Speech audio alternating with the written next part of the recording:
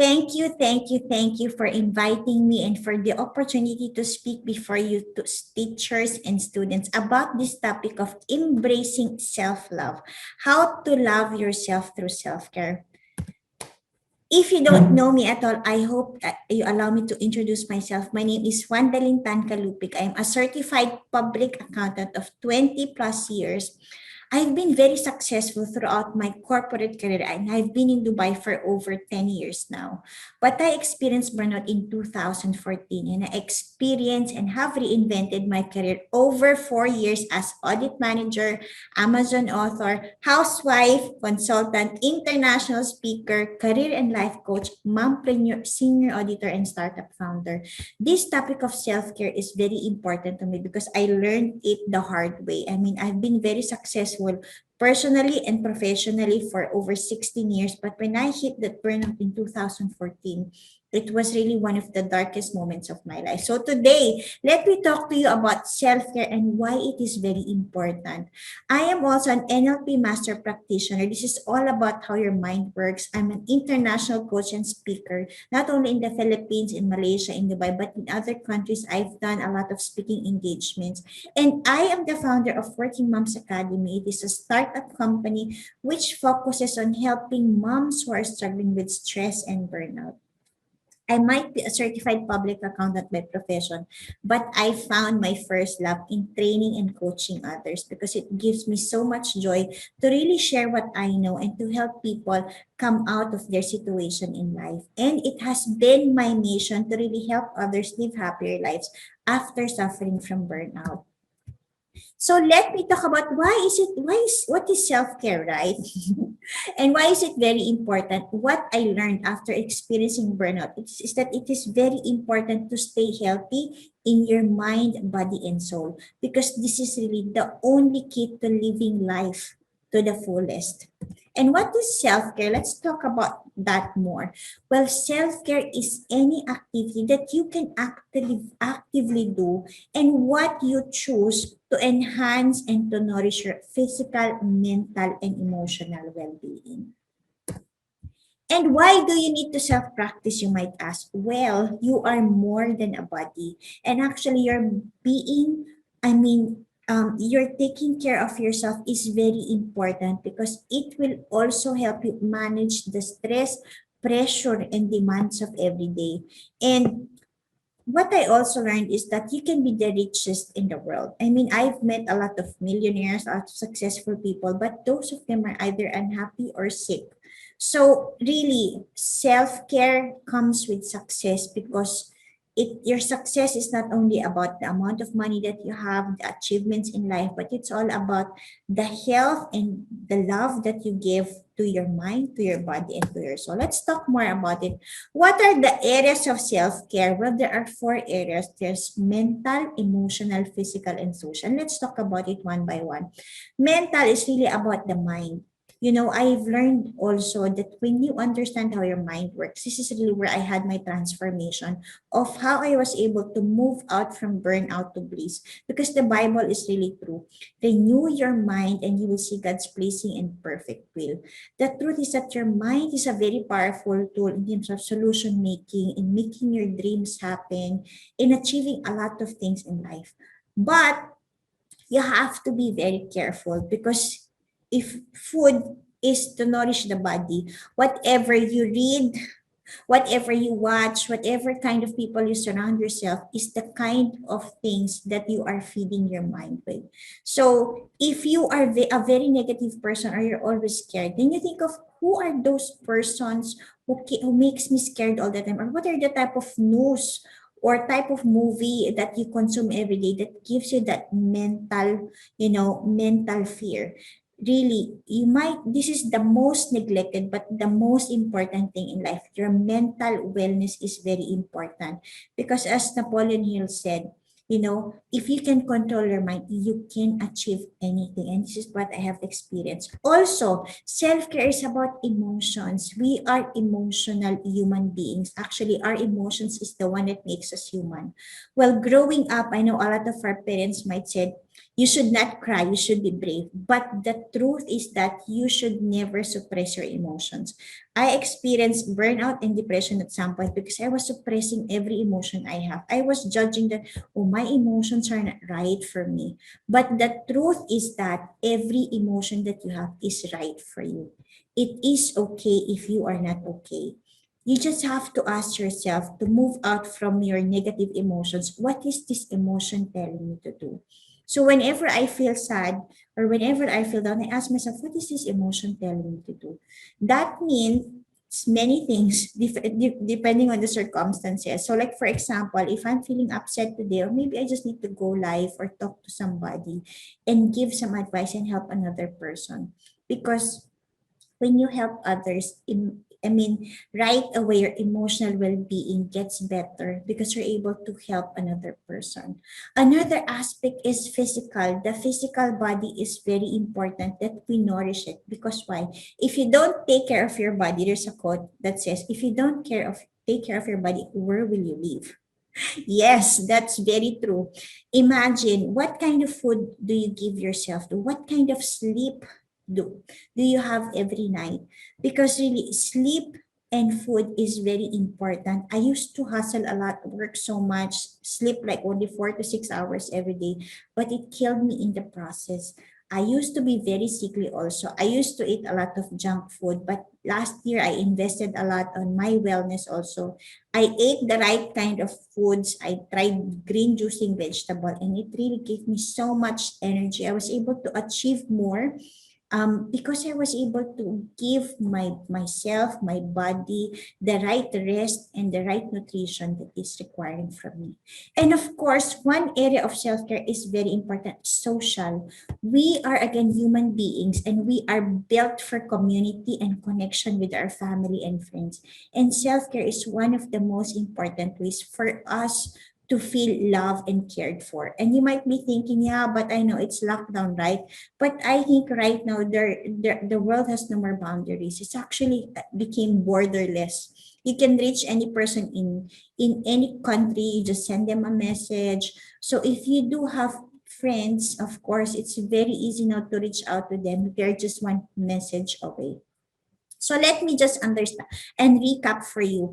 The areas of self-care is beyond self-care terminology. It is about your mental, emotional, physical, and social well-being. And of course, one of the most important as well is spiritual well-being. I mean, if you think of it, you have emotional intelligence, which they always say is very important. There's intellectual intelligence, which is your mental intelligence. But the most important also that you have to focus on is your spiritual intelligence, spiritual quotient as others tell it. Well, personally, I will all credit my success to my spiritual intelligence because I know it is my belief in God that I was able to accomplish anything. I always tell myself when I find life difficult, I can do all things through Christ who gives me strength. So that belief itself of my spiritual quotient empowers my mental incapacity at some point in my emotional, negative emotions. So remember to also nourish your spirituality. Let's talk more about mental self-care. What can you do to take care of your mind? Set a routine. Yes, you need to learn every day. As Harv Eker said, if you are not learning, you are automatically dying. The world is constantly changing. So you need to, keep on learning, keep on, doing something that will make you better as a person. And you also can set a routine in terms of scheduling these classes or whatever lessons, of course, that you have in class. And if you're teaching, there is nothing and no one can stop you if you want to learn something. There's a lot of available learnings now, which is very good. Also, remember to take a break. I know we are hustle, hustle, hustle, but the truth is that when you take a break, that's the best way to take care of your mind also. I used to journal a lot, and even now I always write a lot because that is my way of taking a break from the mental clutter that I have. Also, remember to take practicing mindfulness. Mindfulness means many things to many people. But do you know that prayer is mindfulness also? So prayer is one of the mindfulness tools that you can use because that is when you sat down, reflect, and ask God and talk to yourself. So journaling is another type of mindfulness. Listening to an audio program is mindfulness.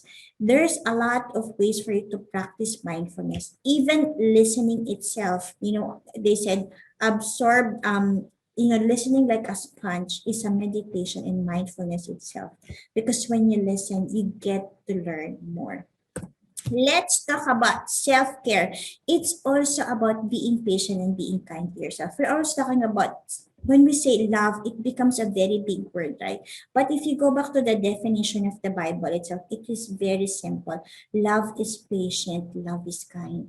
And if you want to really, have a great life, first you have to love yourself. You have to be love yourself by first being patient with yourself, and first also of course by being kind to yourself. I know, we are our own greatest enemy. I mean, we have the inner voice in our mind that tells us we are not enough, you are not good, you are lacking something. But the truth is that when you can also change that voice in your mind to say you are worthy, you are good, you are loved, then that is one of the best ways.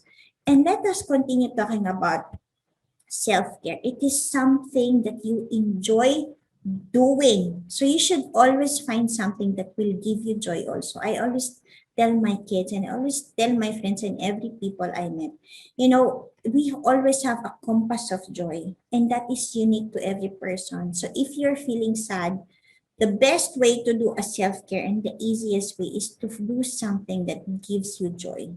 Not because others are telling you to do, because this is what your heart is telling you to do. And there are also a lot of different practices that you can do for a lot of people. But the main idea in self-care is really to take a time for yourself. It doesn't have to be, a lot of mothers are struggling with time.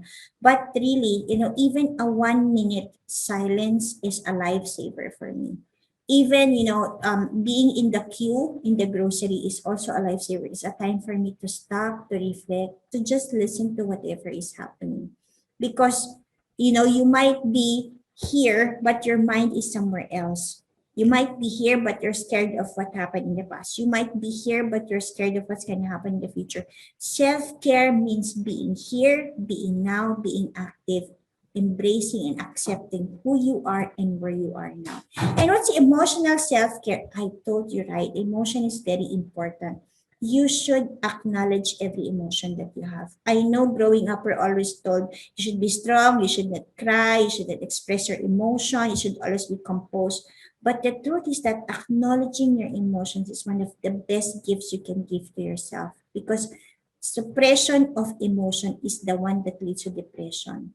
And one of the powerful tools I always use to express and acknowledge my emotion is through writing. It is a very powerful therapy. Do you know why? Because in my study of how the mind works, on average, we have about 300 to 1,000 thoughts per minute. But the moment you start writing, it becomes 80 to 100.